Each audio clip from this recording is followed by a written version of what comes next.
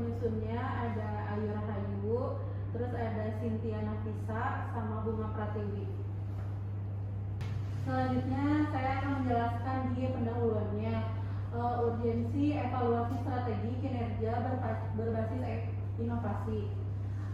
Evaluasi strategi kinerja berbasis inovasi memastikan pencapaian tujuan secara optimal dan berkelanjutan dengan peningkatan kualitas kerja, efisiensi, dan adaptasi terhadap perubahan. Melalui indikator seperti adopsi teknologi, efisiensi operasional, evaluasi ini mendukung perbaikan berkelanjutan pengambilan keputusan strategis, serta menciptakan dampak jangka panjang yang signifikan bagi daya saing untuk keberlanjutan organisasi.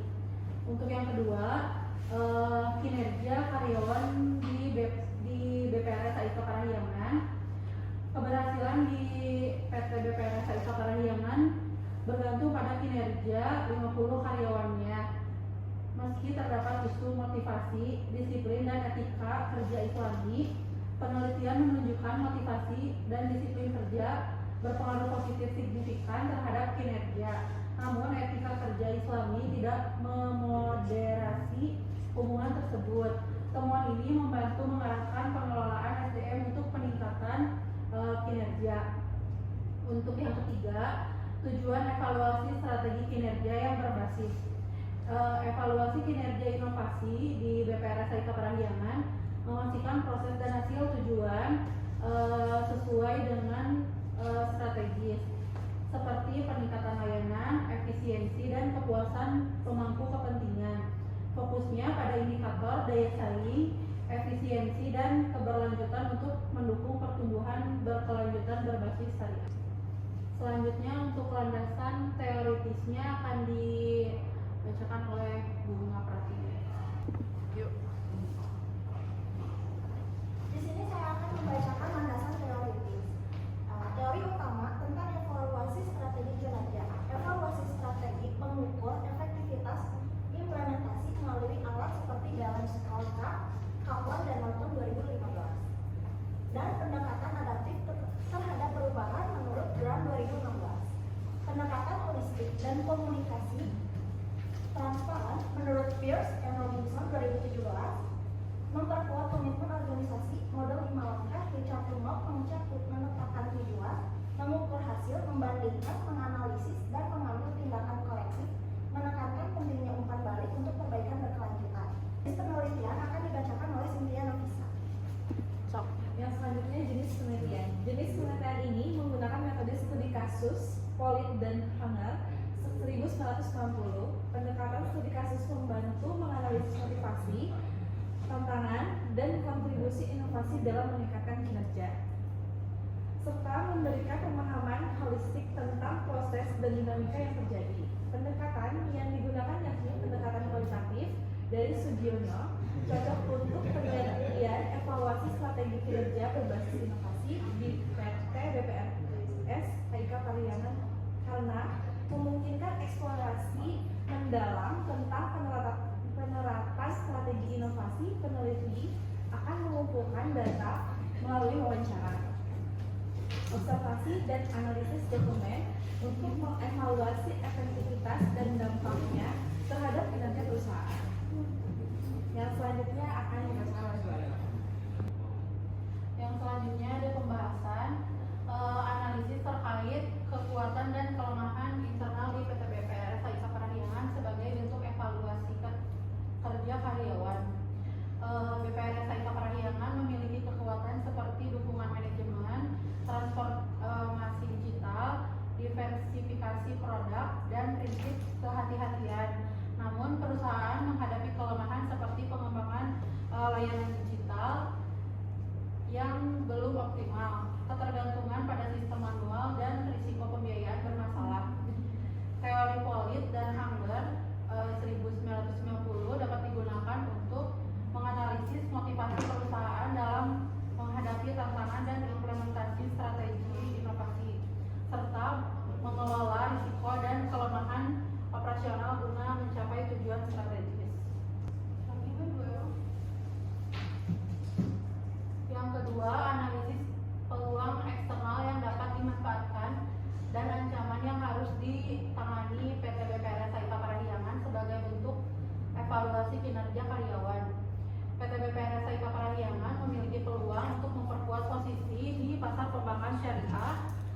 melalui transformasi digital seperti internet banking dan kolaborasi dengan fintech syariah, serta ekspansi pasar dengan memenuhi kebutuhan pembiayaan sektor retail, UMKM, dan properti. Namun tantangan seperti persaingan ketat, resiko kredit akibat pandemi, dan regulasi ketat dari OJK memerlukan efisiensi dan digitalisasi. Berdasarkan teori Polit dan Handler 1990, keputusan strategis perusahaan seperti fokus pada transformasi digital dan kemitraan fintech syariah didasari oleh pemahaman tren pasar dan kebutuhan konsumen yang dapat dieksplorasi dalam penelitian mengenai motivasi internal dan strategi mitigasi perusahaan. Untuk yang selanjutnya akan dibacakan oleh Bunga Pratiwi. Selanjutnya, ada hasil akhir ketercapaian evaluasi strategi kinerja karyawan yang dilakukan PT BPR HIK Parahyangan. Evaluasi strategi PT BPR HIK Parahyangan menunjukkan peningkatan signifikan melalui transformasi digital, diversifikasi produk, dan manajemen risiko yang hati-hati.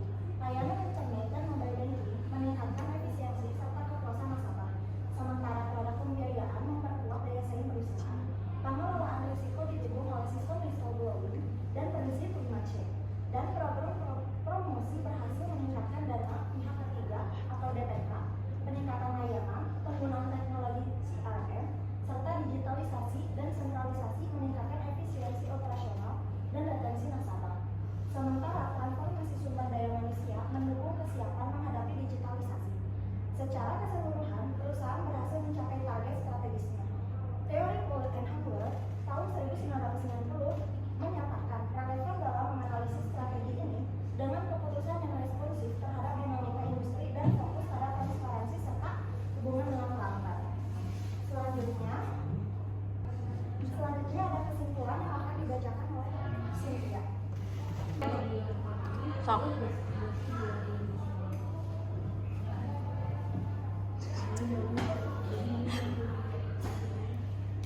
Kesimpulan, untuk menjaga daya saing dan berkelanjutan, perusahaan perlu fokus pada transformasi digital, diversifikasi produk, ekspansi pasar, dan manajemen risiko yang hati-hati.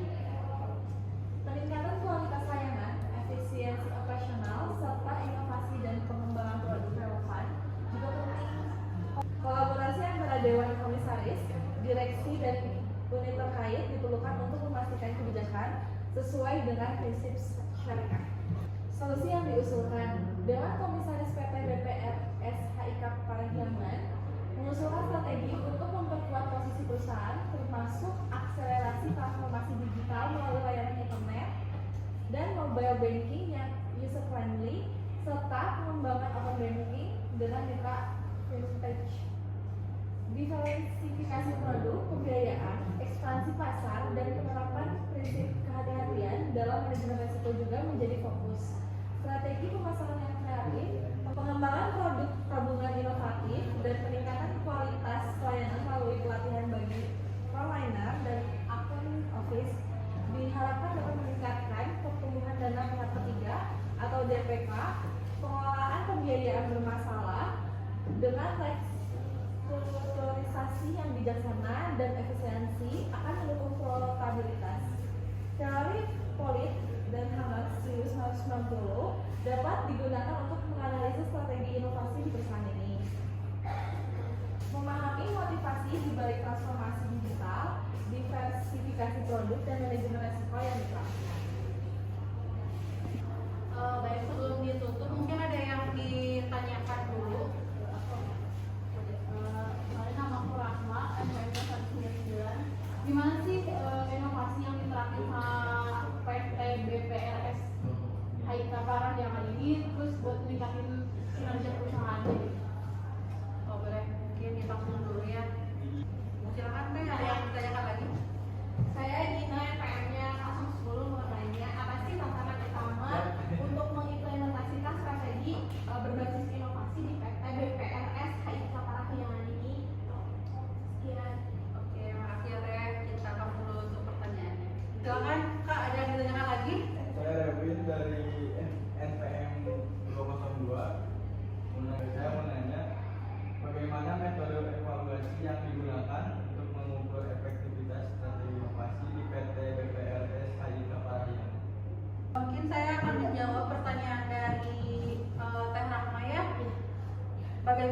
inovasi yang diterapkan di PT BPR Syarikat Parahyangan dalam meningkatkan kinerja perusahaan ya Teh. Betul. Nah, untuk di BPR Syarikat Parahyangan ini menerapkan inovasi dalam bentuk digitalisasi layanan perbankan syariah seperti pengembangan mobile banking dan CRM. CRM itu jadi kayak ATM lagi, cuman kalau sekarang itu nggak berbentuk fisik si kartunya gitu. Jadi nanti melalui OTP. Jadi itu kan ganti-ganti ya, jadi nggak akan sama terus gitu. Nah, selain itu mengembangkan produk pembiayaan berbasis teknologi untuk mempercepat proses pengajuan dan persetujuan kredit. Inovasi ini bertujuan untuk meningkatkan efisiensi operasional, memperluas jangkauan pasar, serta meningkatkan kepuasan nasabah. Gitu Teh, cukup untuk Cukup ya. siang. Makasih ya Teh. Saya akan menjawab pertanyaan dari Teh Dina. Intinya itu tentang tantangan utama ya dalam mengimplementasikan strategi berbasis inovasi. Ya, betul. Tantangannya itu ada keterbatasan infrastruktur teknologi, resistensi karyawan terhadap perubahan, serta kebutuhan akan edukasi dan literasi digital bagi nasabah. Selain itu, sebagai bank berbasis syariah, PT BPR SHIK Parahyangan juga harus memastikan bahwa inovasi yang diterapkan sudah sesuai dengan prinsip-prinsip syariah. Sudah cukup? Jawabannya. Kasih. Ya, selanjutnya saya akan menjawab pertanyaan dari Kevin. Ya. Pertanyaannya, bagaimana sih metode evaluasi yang digunakan untuk mengukur efektivitas strategi inovasi di PT BPRS HIK Parahyangan, betul? Jadi evaluasi strategi inovasi ini tuh dilakukan dengan beberapa metode seperti Key Performance Indicator atau disebut KPI yang mengukur peningkatan jumlah nasabah, pertumbuhan portofolio pembiayaan dan efisiensi operasional.